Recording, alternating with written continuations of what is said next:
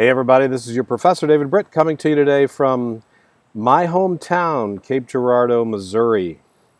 Cape Girardeau is a small, middle-sized city, if you will, between St. Louis and Memphis. Sits right here on the Mississippi River, right behind me. Across the river is Illinois. This is also where I went to college for my undergraduate work. Right here at Cape Girardeau. Cape Girardeau is known for a couple things. A lot of famous people here born here in Cape Girardeau. A lot of older folks who you'd never know, but maybe recognize some of their accomplishments. They have an entire wall here along the levee that has a mural of all the famous people from Cape Girardeau. And then this town was also the filming base for the Ben Affleck movie Gone Girl, and so that was done right down here in downtown Cape Girardeau. So welcome from Missouri. I want to preview for you today Module 3. Module 3 coming up continues our study in effective research and writing. And your readings this week in your textbook will be from Chapter 6 on investigating and the importance of using good reading investigation.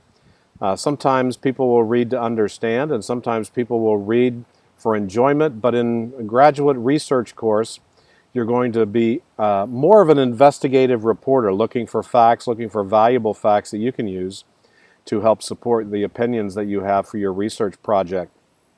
And then Chapter 7 is about explaining.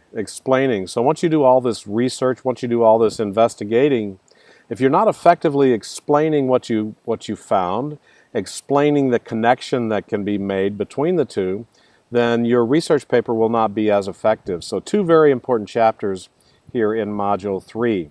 And then the APA reading for this week comes from Chapter 3 in your APA book, and it talks about writing clearly and concisely. And so this really ties in. I put these two together in this particular module to really focus on getting good information, but then clearly talking about the pieces of information that you have in your research paper. The lectures this week, the main lecture talks about different techniques for investigative writing and different techniques for explaining. One of the key things I want to highlight for you, and I highlighted in the lecture this week, is the importance of defining terms before you apply them. Too often what I see in writing today is students will write something down and begin an application before they truly define the terms. Think of it this way. If you and the reader do not have the same definition for a particular idea or term, and you just begin to talk about applying them, they may not consider your idea or option because they don't understand your definition. Now, they may not agree with your definition, but if you give it to them before you start applying it, then at least they understand the basis by which you are coming forward with your suggestion. So you'll see this going forward in some of your papers. I will make the phrase define, then apply.